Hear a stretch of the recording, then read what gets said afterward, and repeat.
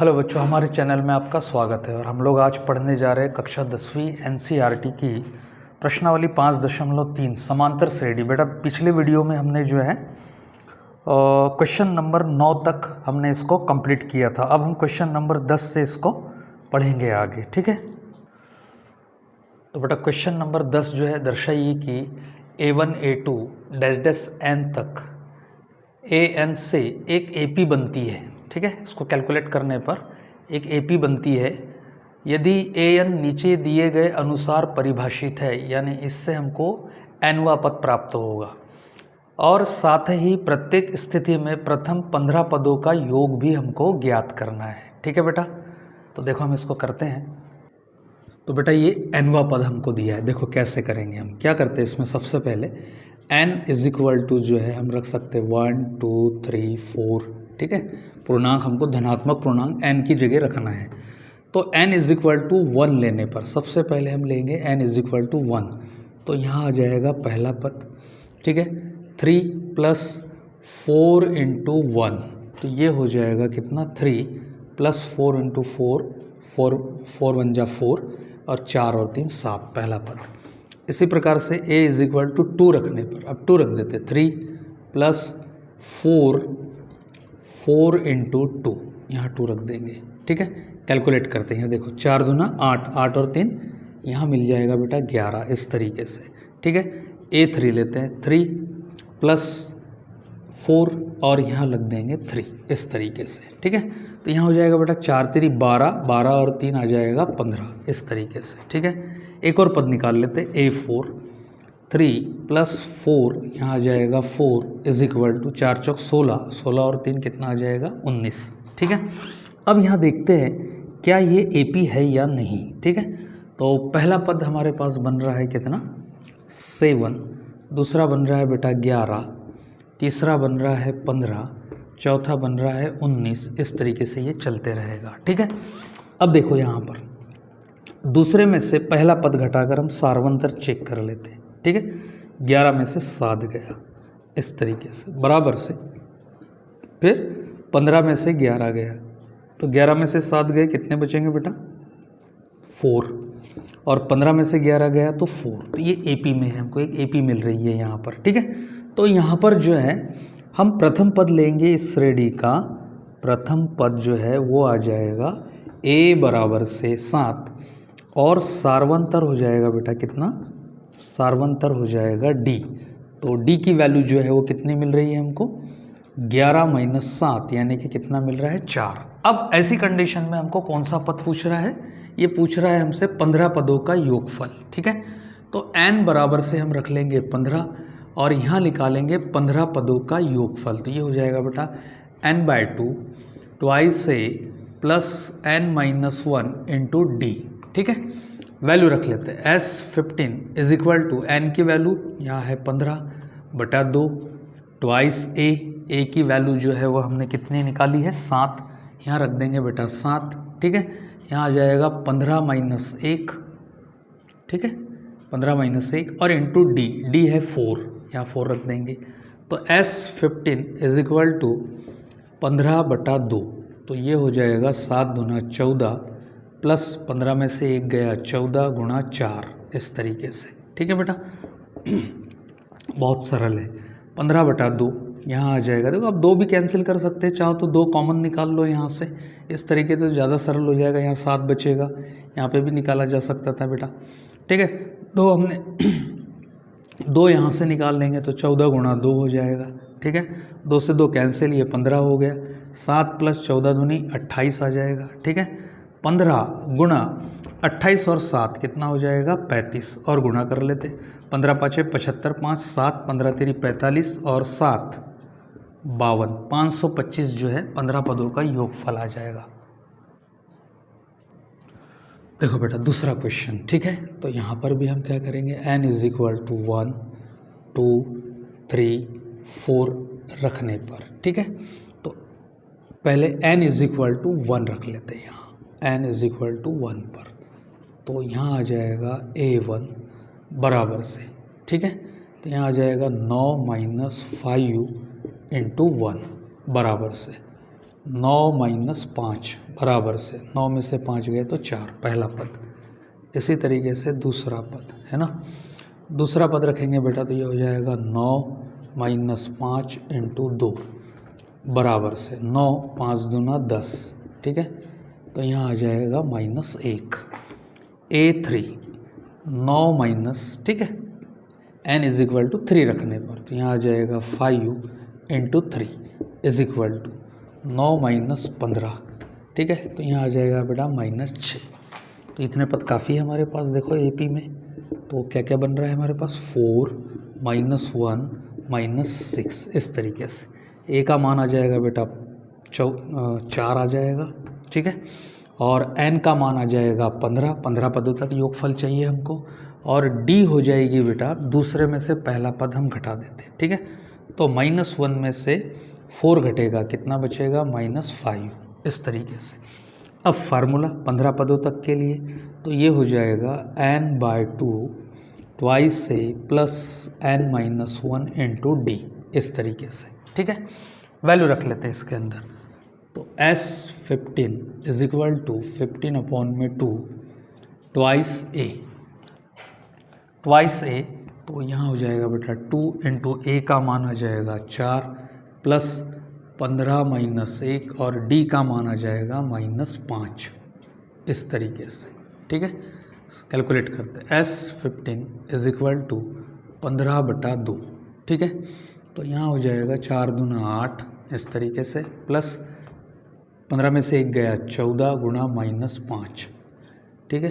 15/2 गुणा 8, 14 पंचे 70 तो -70 आ जाएगा यहाँ पर, ठीक है बेटा। तो ये हो गया 15/2 गुणा बड़ी राशि का चिन्ह माइनस, 70 में से 8 गए तो यहाँ बनेगा बेटा 62। 2 से डिवाइड होता है, 2 3 6 और 2 1 2, ठीक है। यहाँ गुणा कर लेते तो ये आ गया -15 गुणा 31, ठीक है। गुणा करते हैं इसके अंदर तो 1 का गुणा करेंगे तो बेटा आ जाएगा 15, 3 से गुणा करेंगे 3 5 15, 1 3 एकम 3 और 1 4 तो 5 6 4 तो ये हो रहा है -465। इसका योग रहेगा इस तरीके से। तो बेटा अब जो है क्वेश्चन नंबर 11 देखो यहाँ पर, यदि किसी AP के प्रथम n पदों का योग 4n माइनस n स्क्वायर है, ठीक है बेटा। ये n पदों का योगफल हमको यहाँ पर दिया है, ठीक है। तो इसका प्रथम पद, ठीक है, प्रथम पद क्या है, पहला पद निकालना है हमको, ठीक है। और प्रथम पद के लिए यहाँ क्लू दिया है उन्होंने, अर्थात S1, यानी प्रथम पद का योगफल ही प्रथम पद कहलाएगा, ठीक है। प्रथम 2 पदों का योग क्या है, 2 पदों का योग बताना है हमको, दूसरा क्वेश्चन यहाँ पर, ठीक है। दूसरा पद क्या है, फिर दूसरा पद बताना है। इसी प्रकार तीसरे 10वें और nवें पद ज्ञात कीजिए, ठीक है। बहुत नॉलेज वाला क्वेश्चन है, कैसे करेंगे देखते हैं हम यहाँ पर, ठीक है। देखो बेटा n पदों का योग हमको दिया है, ठीक है। Sn is equal to 4n minus n square.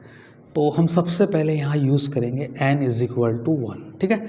n is equal to 1 2 3 पूर्णांक, धनात्मक पूर्णांक यहाँ रख सकते हैं। तो मैं पहले सबसे पहले ले रहा हूँ n इज इक्वल टू 1 पर, ठीक है।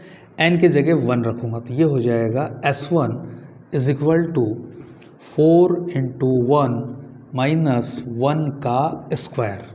और इसको सॉल्व करेंगे तो ये हो जाएगा बेटा 4 माइनस 1 इज इक्वल टू 3। देखो ये प्रथम पद का योगफल है, ठीक है। प्रथम पद का योगफल यानी एक पदों का योगफल है। तो देखो बेटा अगर एक पदों का योगफल अगर हमको निकालना भी है तो एक पदों का योगफल क्या होता है, हम थोड़ा सा यहाँ कैलकुलेशन भी करके देखते हैं। देखो प्रैक्टिकली, तर्क से ना लेकर हम इसको प्रैक्टिकली करके देखते हैं, ठीक है। अब देखो यहाँ पर एक पदों का योगफल यानी कितना आ जाएगा, यहाँ 1/2, ठीक है। फिर आ जाएगा बेटा यहाँ पर 2, ठीक है। पहला पद क्या है हमारे पास में 1 है। और एक पदों का योगफल जैसे ही हम यहाँ n की वैल्यू 1 रखेंगे तो 1 माइनस 1 क्या हो जाएगा 0। ये पूरा पोर्शन क्या हो गया, कैंसिल हो गया, ठीक है। 2 से 2 कैंसिल, तो क्या आ रहा है यहाँ a आ रहा है। मतलब प्रथम पद का योगफल ही क्या है, पहला पद है। श्रेणी का पहला पद ही प्रथम पद का योगफल होगा बेटा, ठीक है। तो यहाँ पर जो है हम लिख सकते हैं यहाँ पर क्या, श्रेणी का प्रथम पद। ठीक है, तो प्रथम पद क्या हो जा रहा है बेटा, S1 ही क्या है, प्रथम पद है A, तो हम यहाँ लिखेंगे 3 ऐसा करके। अब लिखेंगे n इज इक्वल टू 2। ठीक है, तो n इज इक्वल टू 2 यानी दो पदों का योगफल। तो देखो यहाँ पर क्या आ जाएगा बेटा, S2 इज इक्वल टू दो पदों का योगफल 4 इंटू 2 माइनस n स्क्वायर यानी 2 का स्क्वायर। ठीक है, कैलकुलेट करते तो ये हो जाएगा 4 दूना 8 माइनस 2 का वर्ग 4 और यहाँ आ जाएगा बेटा 4। तो S2 क्या है बेटा, ये 4 निकला है। 4 क्या है, दो पदों का योगफल है, यानी इसमें पहले पद का योगफल इन्वॉल्व है। ठीक है, यानी पहला पद इसके अंदर इन्वॉल्व है। अगर हमने इसमें से पहला पद निकाल लिया तो हमको दूसरा पद मिल जाएगा श्रेणी का। ठीक है, समझ रहे हो इसको क्या करना है हमको, ये दो पदों का योगफल है, इसमें से अगर हमने पहले पद का योगफल निकाल लिया तो हमको कौन सा पद मिल जाएगा, दूसरा पद। तो हम यहाँ लिख सकते हैं बेटा दूसरा पद। ठीक है, तो दूसरा पद कैसे निकलेगा, दूसरा पद श्रेणी का दूसरा पद यानी A2 हमको निकालना है। ठीक है, तो यहाँ पर हो जाएगा, देखो दो पदों का योगफल S2 है हमारे पास में, उसमें से हमको क्या निकालना है, एक पद का योगफल।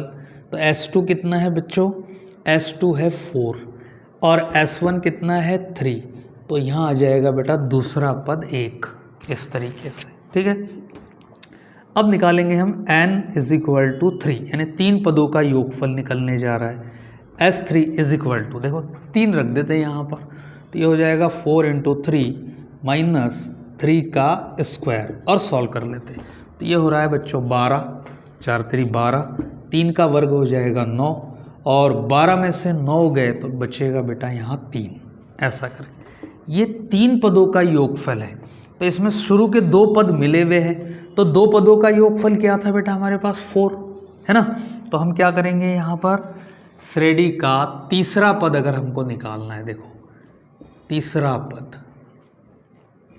ठीक है, तीसरा पद कैसे निकालेंगे हम इसमें से, तो यहाँ पर 3 पदों के योगफल में से 2 पदों का योगफल घटा देंगे। ठीक है, तो ये हो रहा है बच्चों S3 कितनी है, 3 है और S2 कितनी है, यहाँ पर S2 कितनी ली थी हमने, 4 ली थी। ठीक है, तो यहाँ आ जाएगा 4, तो यहाँ आ जाएगा बेटा कितना, -1। ये तीसरा पद निकल गया ऐसा करके। ठीक है, तो बेटा हमारे पास जो है वो श्रेणी देखो यहाँ पर क्या बनी, श्रेणी बन गई है। अब हमारे पास में प्रथम पद है 3। ठीक है, फिर दूसरा पद हमने निकाला है बेटा 1, यहाँ आ जाएगा 1 और फिर तीसरा पद हमने निकाला है -1 और ये चलते रहेगी इस तरीके से। अब इसमें हमारे जो क्वेश्चंस थे, ठीक है, तो इसमें इसने पहला क्वेश्चन हमसे किया था कि प्रथम 2 पदों का योग क्या है। तो बेटा देखो यहाँ पर प्रथम 2 पदों का योग क्या है, 4 है यहाँ पर। ठीक है, और यहाँ से भी आप देख सकते हैं प्रथम 2 पदों का योग क्या है, 3 और 1 4। ठीक है, दूसरा क्वेश्चन इसका हमसे बन रहा था दूसरा पद क्या है, तो दूसरा पद क्या है बेटा 1 है, ये हमने निकाला है, दूसरा पद क्या है 1 है। 2 आंसर हमारे हो गए। उसके बाद में बोलता है तीसरे 10वें और nवें पद ज्ञात कीजिए। तो बेटा अब यहाँ पर तो सिंपल है, देखो पहला पद हमारे पास 3 है। ठीक है, सार्वंतर ले लेते हैं यहाँ d, क्या करेंगे दूसरे में से पहला पद घटा देंगे तो 1 - 3 यानी कितना आ जाएगा, -2 आ जाएगा, ये सार्वंतर आ गया। अब हमको चाहिए कौन सा पद चाहिए इसका, हमको चाहिए तीसरा पद, तो हम यहाँ लिखेंगे। ठीक है, श्रेणी का तीसरा पद भी हमने निकाला है बेटा।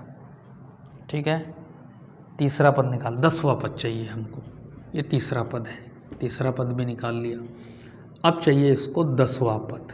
ठीक है, तो 10वां पद हो जाएगा बेटा a + 9d और इसमें मान रख लेंगे, a का मान आ जाएगा 3 + 9d का मान आ जाएगा -2, यहाँ आ जाएगा 3 ± 9 दूनी 18 और बड़ी वाली राशि का चिन्ह माइनस, 18 में से 3 गए तो बचेंगे 15, ये 10वां पद रहेगा बेटा। अब लेना है यहाँ पर nवां पद ज्ञात करना है। ठीक है, nवा पद ज्ञात करना है। तो ये आ जाएगा nवा पद an is equal to a plus n minus 1 into D. ठीक है, तो यहाँ आ जाएगा बेटा a की वैल्यू 3, nवा पद है तो n माइनस 1 रहेगा और d है हमारे पास में -2। ठीक है, कैलकुलेट कर लेते हैं। यहाँ पर कैलकुलेट करते हैं तो क्या हो जाएगा 3 अंदर गुणा कर लेते हैं यहाँ। ठीक है, -2 का, तो देखो यहाँ आ जाएगा -2n माइनस माइनस प्लस और यहाँ 2 हो जाएगा बेटा, 3 और 2 5 -2n, ये रहेगा nवा पद। तो ये सारे आंसर आपके जो हैं यहाँ मिल गए हमको सारे। ठीक है, दो पदों का योगफल हमने निकाल लिया, दूसरा पद निकाल लिया, तीसरा पद निकाल लिया। ठीक है, श्रेणी का प्रथम पद भी निकाल लिया, डी निकाल लिया, 10वां पद निकाल लिया और nवा पद निकाल लिया। तो ये सारे आंसर आपके इससे शॉर्टकट हो गए। देखो बेटा, अब ले रहे हैं क्वेश्चन नंबर 12। ठीक है, ऐसे प्रथम 40 धन पूर्णांकों का योग ज्ञात कीजिए जो 6 से विभाज्य है। ठीक है बेटा, ऐसे प्रश्न हमने पहले भी किए हैं। ठीक है, जिसमें हमको जो है श्रेणी ज्ञात करनी होती थी या nवा पद निकालना होता, या पद कोई 20वां पद पूछता था, 19वां पद पूछता था, लेकिन अब योग पूछ रहा है। ठीक है, तो ये बहुत सरल है। देखो हम कैसे निकालेंगे, 40 धन पूर्णांकों का योग ज्ञात कीजिए जो 6 से विभाज्य है। ठीक है, देखो बेटा 40 ऐसे धन पूर्णांक हमको चाहिए जिसमें 6 का भाग जाता है। तो देखो हम स्टार्ट करते हैं 1 से, तो 6 का पूरा भाग नहीं जाता है, 2 6 का पूरा भाग नहीं जाता है। ठीक है, 3 6 का पूरा भाग नहीं जाता है, 4 6 का पूरा भाग नहीं जाता है, 5 6 का पूरा भाग नहीं जाता है, कितना आ जाएगा 6 का पूरा भाग जाता है। अब यहाँ से जो है आप सीधा 6 का पहाड़ा आप शुरू कर दें। ठीक है, तो हम यहाँ पर शुरू करेंगे, दूसरा पद आ जाएगा 12, फिर 18, फिर 24, ऐसा करते करते। ठीक है, ऐसे कितने पद चाहिए बेटा, 40 पदों तक, 40 पदों तक। ठीक है, हमको योग चाहिए। देखो इस श्रेणी का प्रथम पद क्या आ जाएगा 6, सार्वंतर क्या आ जाएगा 12 माइनस 6 यानी 6 आ जाएगा। 6 से विभाज्य, 6 का गुणज है तो सार्वंतर 6 ही आएगा। ठीक है, और n बराबर से जो है बेटा जी है वो है 40, इस तरीके से। ठीक है, फार्मूला ले लेंगे आप, Sn is equal to n/2 twice a plus n minus 1 into D. ठीक है, सारे पद है हमारे पास में, तो S 40 ले लेंगे। यहाँ आ जाएगा बेटा 40/2 ट्वाइस a का मान जो है हमारे पास 6 है, और यहाँ है बेटा 40 माइनस 1 और d है हमारे पास में 6, इस तरीके से। ठीक है, तो S 40 इज इक्वल टू, यहाँ आ जाएगा 40/2 गुणा 2 मैं बाहर निकाल लेता हूँ तो ये सरल हो जाएगा। ठीक है, तो अब रह गया 6 प्लस यहाँ आ जाएगा 39 गुणा, अब जो है वो बचा यहाँ पर हमने 2 निकाल लिया था इसमें से, तो 3 रह गए। ऐसा करके S 40 इज इक्वल टू 2 से 2 कैंसिल हो गया, तो यहाँ आ गया 40 और यहाँ हल कर लेते बेटा, तो ये आ गया 6 आपका, 39 गुणा 3। ठीक है, 3 9 27 के साथ 2 कैरी लगे, 3 3 9 और 2 11, 117। ठीक है, 117 और 6 हम उसके अंदर जोड़ देंगे। ठीक है, तो ये हो रहा है बेटा कितना 123 ऐसा करके। ठीक है, अब गुणा कर लेते हैं इसमें, देखो 0 का 0 लगा देंगे, 4 3 12 के 2 कैरी लगा 1, 4 दूना 8 और 1 9, 4 एकम 4, 4920 ये आपका आंसर रहेगा।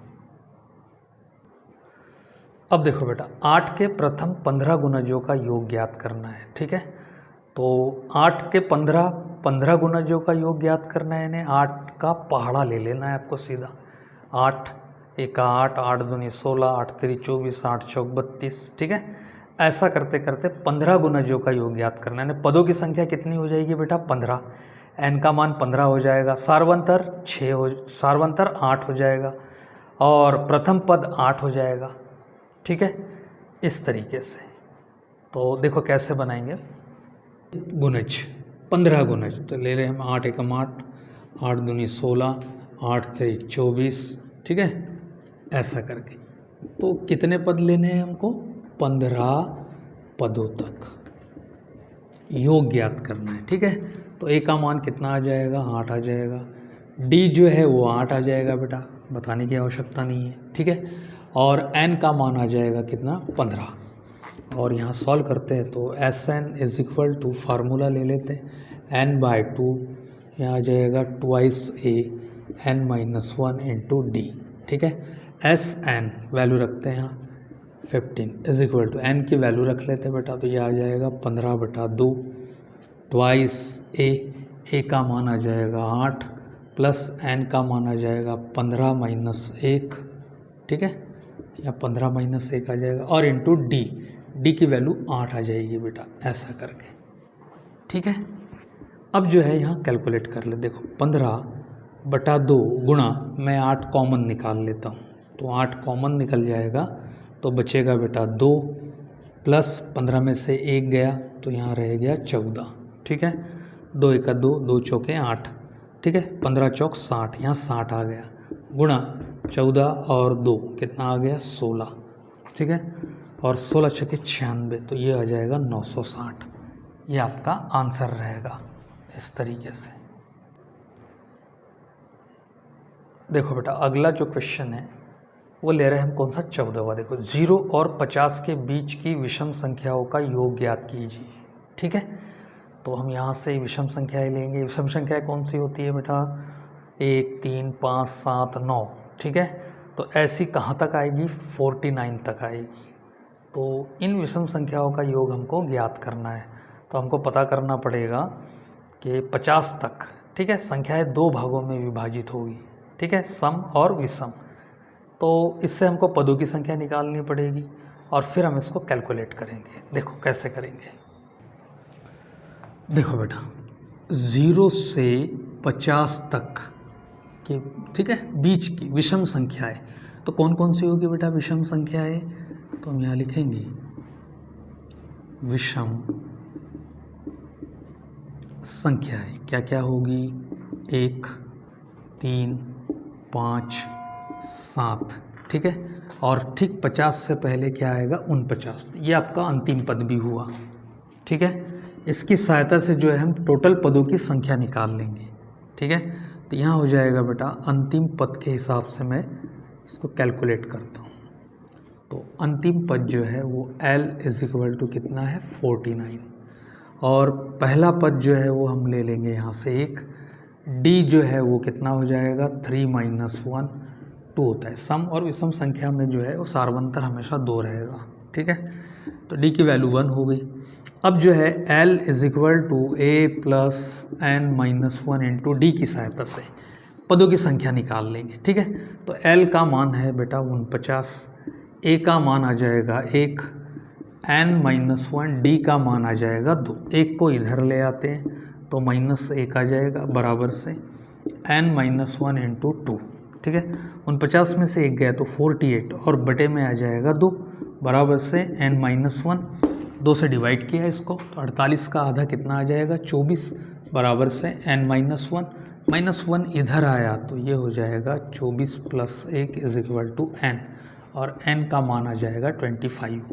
अब जो है यहाँ पर कितने पदों का योगफल निकालना है बेटा, हमको 25 पदों का योगफल निकालना है। तो s = n/2 twice a + n-1 into D, या तो फिर हमारे पास पहला पद भी है बेटा, यहाँ पर इसको भी यूज़ किया जा सकता है, प्रथम पद और अंतिम पद, ये ज़्यादा सरल रहेगा। n का जो मान है वो 25 है और अपॉन में 2 आ जाएगा।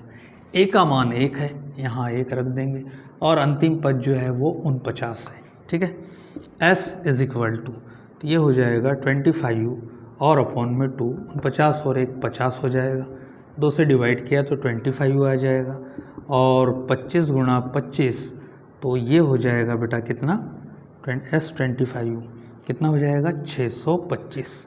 ये इसका आंसर होगा, ऐसा करके।